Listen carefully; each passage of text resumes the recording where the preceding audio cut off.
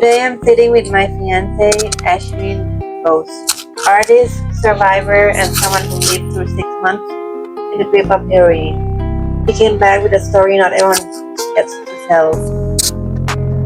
Yeah, and I got this. That's where I got this fuck heroin tattoo from.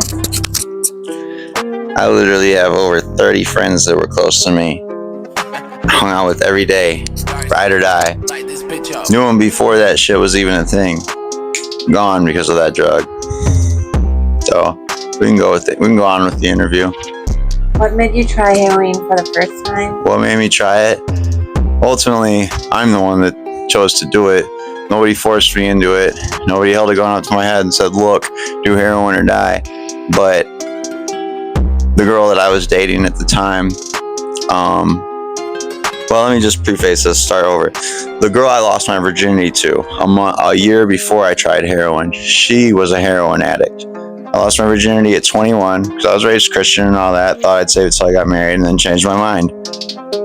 So it didn't work out with me and my first girlfriend, Jillian, R.I.P., because she couldn't get off heroin. No, I couldn't, nothing I could do could change that. So I knew there was no way we were going to have a wedding and kids and all that if she couldn't quit the habit of heroin. So we broke up after about a year and a half.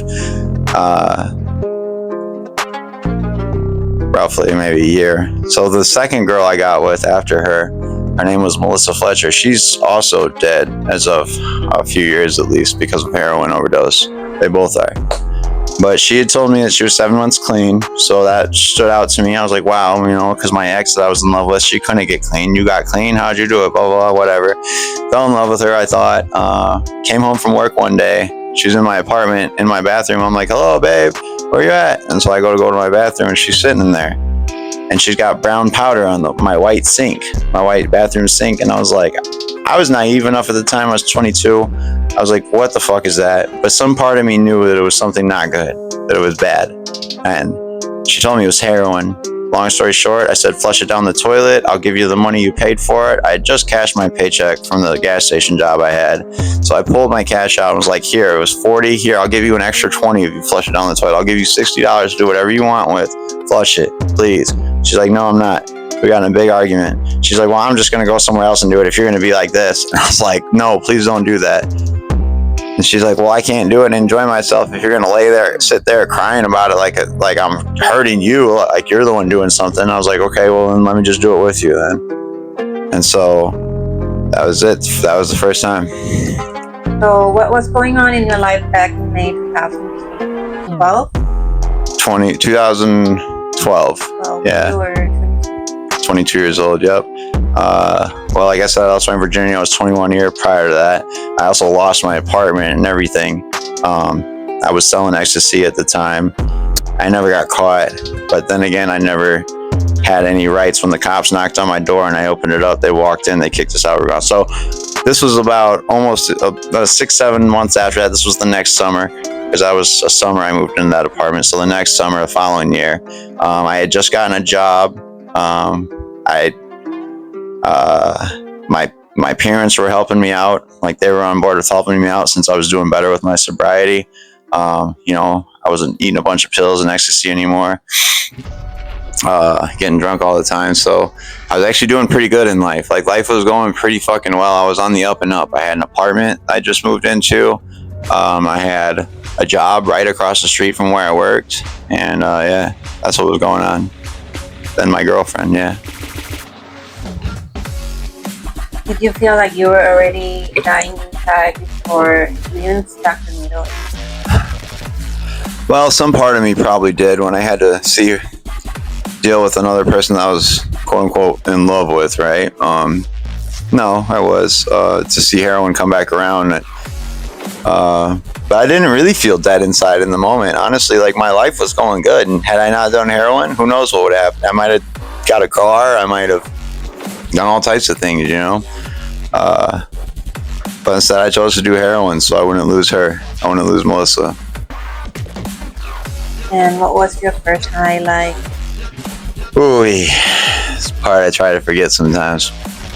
And I usually don't tell anybody this because I don't want to glorify or glamorize it. It is the worst shit I've ever put in my body. It is the most horrible thing I've ever done to myself or the people that care about me. But the first time felt like 1,000 blunts. Any of you potheads out there, I'm sure there's plenty that have smoked weed, at least if you're watching this video. If you could take the highest high you ever felt off that marijuana or whatever, and you could magnify it times 100 times, and then take that high and magnify it times 1,000 for your head and your body, that's what it felt like. I was sitting on my bathroom floor when she hit me with the needle. She tapped my left arm. When I stood up, as soon as she got done doing the shot and I felt it rushing, I stood up. She's like, hold on, sit down. I stood up, and as soon as I stood up, I went, whoa, fell forward and hit my head on my bathroom mirror and grabbed the sink, and I was holding myself up there, like just pressed against the wall, waving. And she's like, how you feel? I was like, fucking amazing. Like, I just smoked 1,000 blunts all at once or something. And I was laughing about it as if the argument we had and me being in tears over this shit hadn't even happened. It just, like that, flipped me there. And I was like that for pretty much the rest of the day. I was so fucking high. Yeah, that's what it felt like. How quickly did it become a day? From the moment the first time I did it, I couldn't see that at the time, but yeah, because the second day we were only supposed to do it once, right?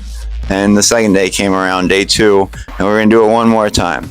Well, day 3 came around, she was gonna do it one more time, and that's when I put my foot down and said, no, dude, I'm not getting addicted to this shit.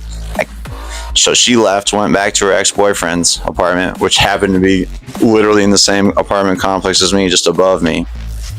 And I was like, fine, fuck it. You're going to pick heroin over me? Then go. Good riddance, bye. And that day, I called my dad. I don't know what we talked about. We got in an argument. I fought, told him off, cussed him out, hung up the phone. I think I had work that day. I stormed off my job, got in an argument with my boss, but didn't lose my job yet. Everybody I interacted with that third day after doing heroin 2 days in a row, I got into a fight with, and I treated like shit. And I was so emotional upset that I went up to her ex-boyfriend's apartment where I knew she was, and I knocked on the door. She answered the door. I said, I just need a little bit of heroin, just a little bit to take my sick off. And I didn't say it like that, but she said, oh, you're dope sick. And I was like, well, then I just need a little bit to take it off. Like, I don't want to get high again. I don't want to get addicted to this shit. She's like, you already are if you're sick. And I had no idea back then, but she was right. I was already addicted from the first time or the second time. What were the lowest moments during those 6 months? Looking in the mirror and realizing that I had become a person I could hate. Like, I couldn't love myself. I hated myself. I was ashamed of it. I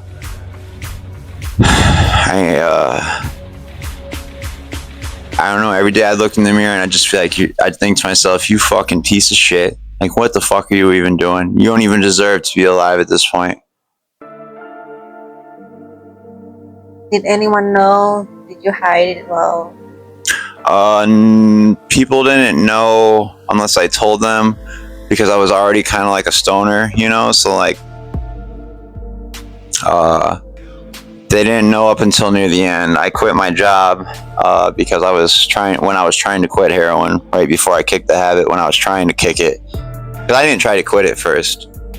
And the lowest lows were also when I was dope sick too, when I couldn't fix up, or me and my girl would get in a fight, and then also my girl meeting up with other guys that had a lot of money to pay to see her, you know what I mean? And she claimed she wouldn't do anything with the guys. She'd use her head, not her down there. But I don't know. How do you get $400 cash just by hanging out with somebody? But did I say no to that? No. Why? Because I didn't have that much money. I worked part-time and I paid my rent.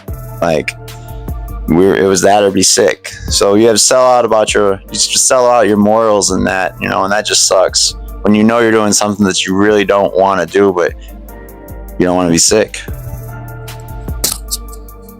What was your routine like when you would eat? My routine?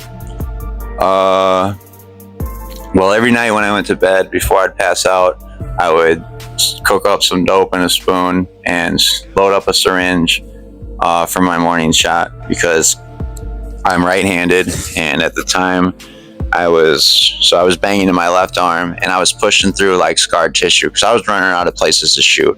I shot up like at least 10 or 12 times a day, about a gram a day of heroin. We spent about $200 on heroin for the both of us a day.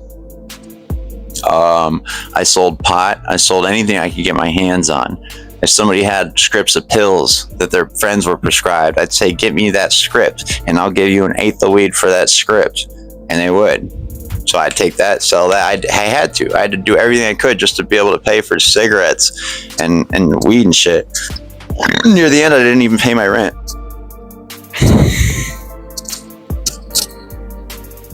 Were you popped though? Where did I cop up? Well, at first, I was going through my girlfriend's connect. She had like one connect that she was solid with, and a couple that she didn't like that much. So the one that she was solid with, we went to him, and he had Narcan supplied in his house, and it was crazy. Yeah, but eventually, me and her would start fighting so much that, like, when she would leave, I couldn't get fixed up. So it's like now I needed her to not be sick. And my homie was like, yeah, we're going to put an end to that. And he hooked me up with his brother, who was old enough to be my dad or my uncle. He was a Blackstone.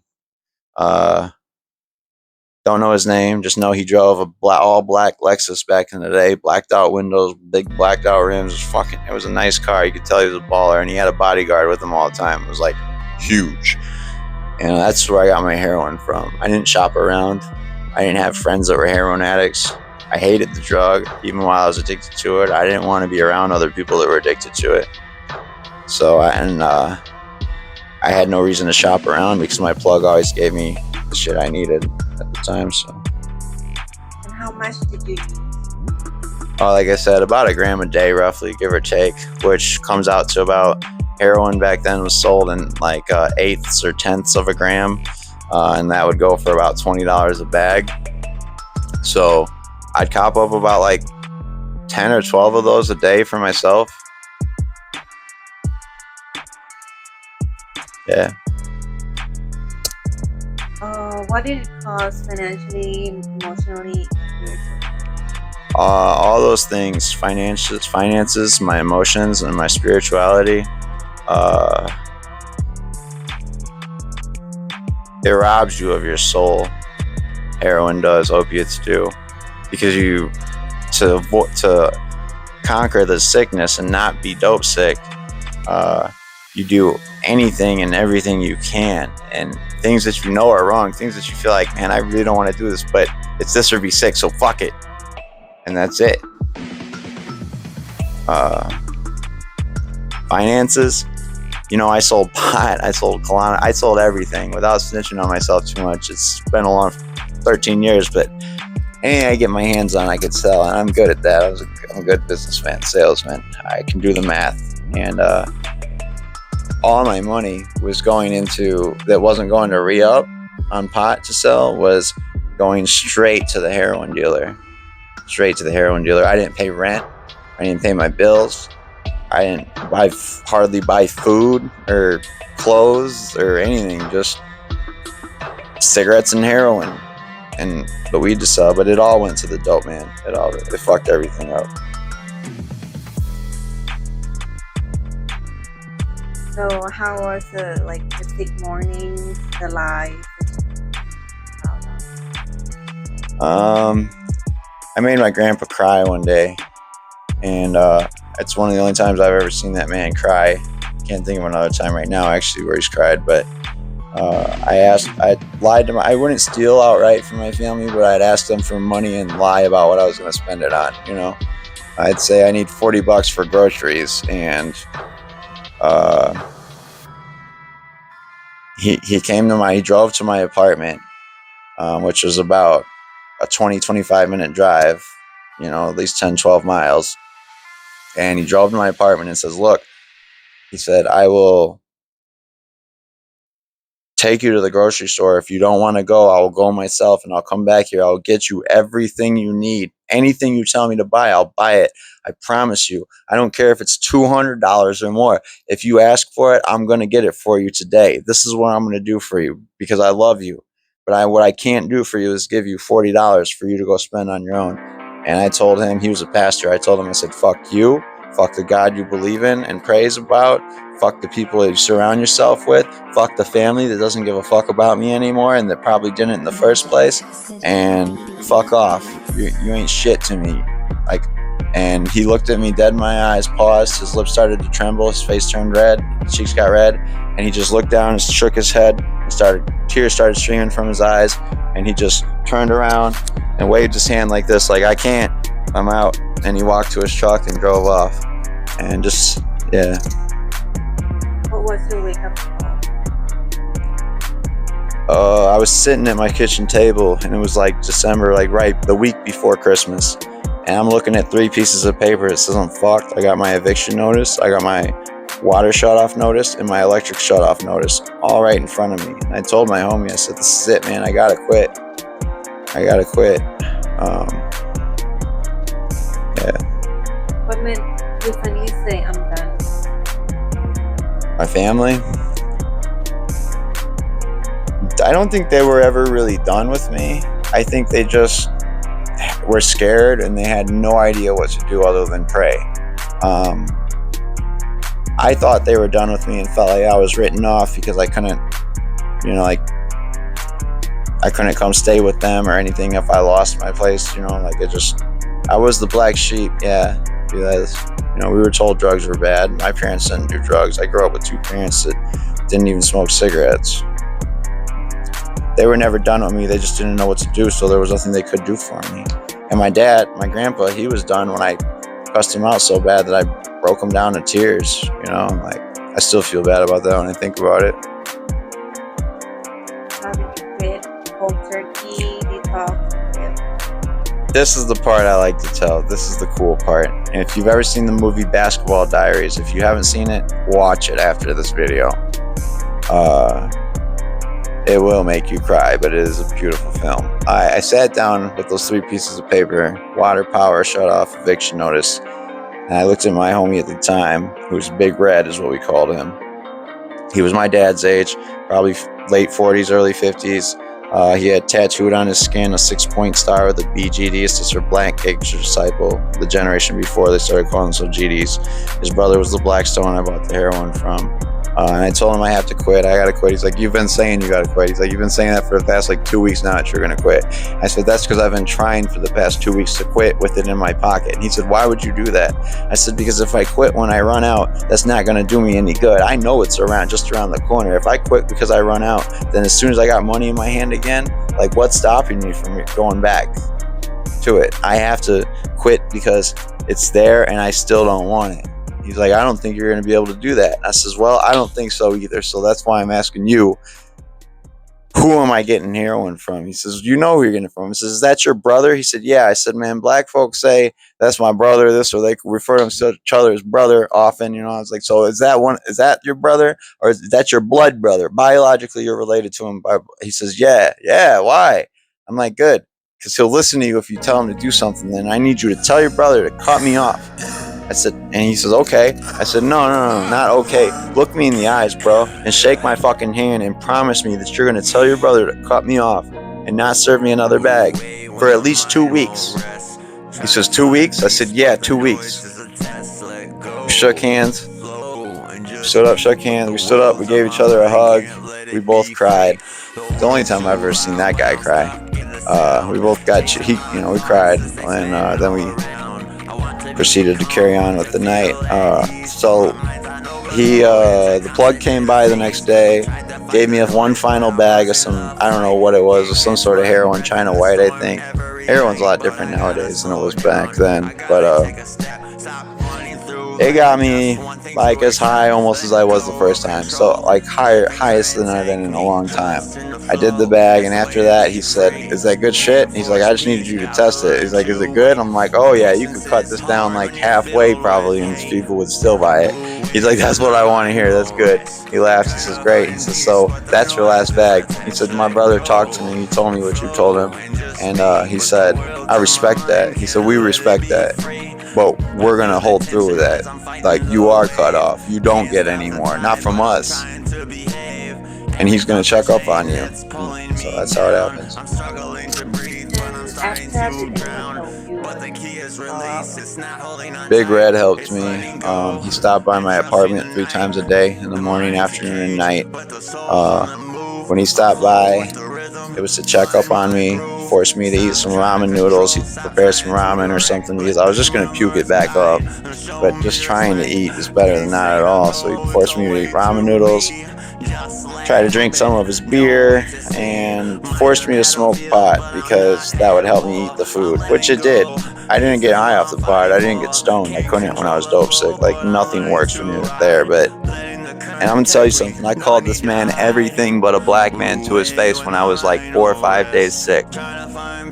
Use your imagination. You know what I said? I said that right in his eyes, and he looked at me. I says, "Sir, get me heroin or fucking kill me. I don't care." And he picked me up picked me up. This man was huge. I'm 6'4". He was my height, was swole like a football player. Picks me up off my feet, lays me in my bed, pulls my blanket over me, says, "You're an asshole, you know that?" He said, "I'll be here tomorrow to make sure you got breakfast." And he slammed the door and went back to his house. And of course, I apologized to him when I was coming out of the sickness. The sickness lasted like 2 weeks. 7 or 8 days before I started to not feel that sick. And for that 7 or 8 days, each day I was more sick and more depressed and more in pain and more fucked up than the day before. But he helped me get through it. And yeah. What part of you that didn't come back after? What part of you didn't come back? What part didn't come back? Well, before heroin, I thought drugs were just fun and games. Because when I was in high school, I said I'd never do drugs. Drugs are bad. Why would I do that? It's going to damage my body. That's stupid.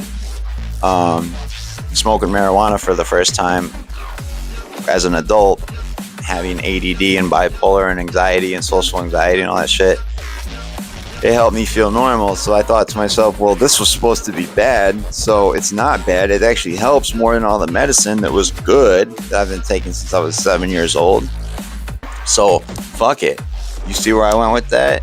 Weed's good. Weed was supposed to be bad. It's not. Let's try these. Let's try Xanax. Let's try Percocet. Let's try anything somebody puts in front of me and says, "Here, take this. It'll get you high." Okay. What was that? That was me. After heroin?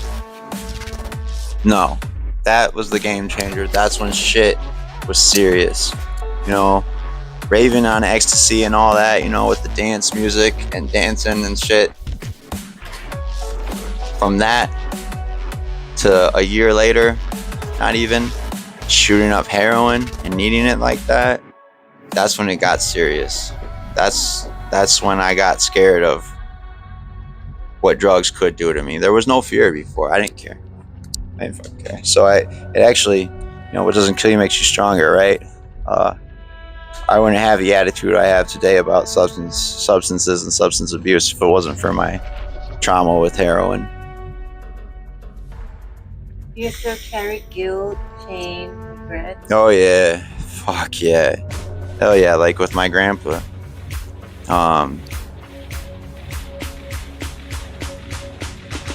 you know, like, and my parents too. I can't imagine what I would feel like knowing that one of my kids was out there doing heroin and there was nothing I could do to stop it. That would just eat me up.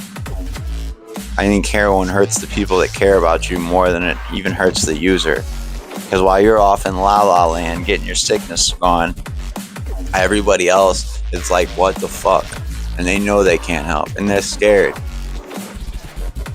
Because any shot, any moment you do it could be your last. It takes 4 grains of salt worth of fentanyl, I read, to kill a man. Come on, man. How the fuck do you measure that? Have you competed yourself? Yeah. Yeah. What would you say to someone right now who's nodding off and a needle in their arm? Look, man, you know what it is. You know what you got yourself into. But what you might not know is that there actually is a way out. And, like, you know, I hope if someone is at that point that they're watching this video and maybe have the idea that if they trust their plug like that, like if you trust your plug and he really cares about you and he's taking care of you, you're one drop in a pond for a heroin dealer, right? Like, one customer getting clean is not a big deal. And maybe, yeah, I'll be honest, I couldn't quit on my own terms. I could not. I had to be high on heroin when I made the decision to get cut off. You know, I knew I wanted to quit, but when I quit, I'd make it about 2 or 3 days. By day 3, I was so sick I'd collapse and I'd do the bag I had on me for those 3 days. But like, you can do it, and like, the sickness doesn't last forever, and like 2 weeks of feeling like shit and being miserable, once that's over with, you're gonna be able to show other people and be like, look, and give them hope, you know. And once it's gone, once it's over with, it's not like I never wanted to do heroin again after that. I remember the sickness, you know, and maybe I don't know, just there's hope, man. Like, if you want to fucking quit, it's not gonna be easy. It's gonna hurt. It's gonna be rough. It's gonna be hard, but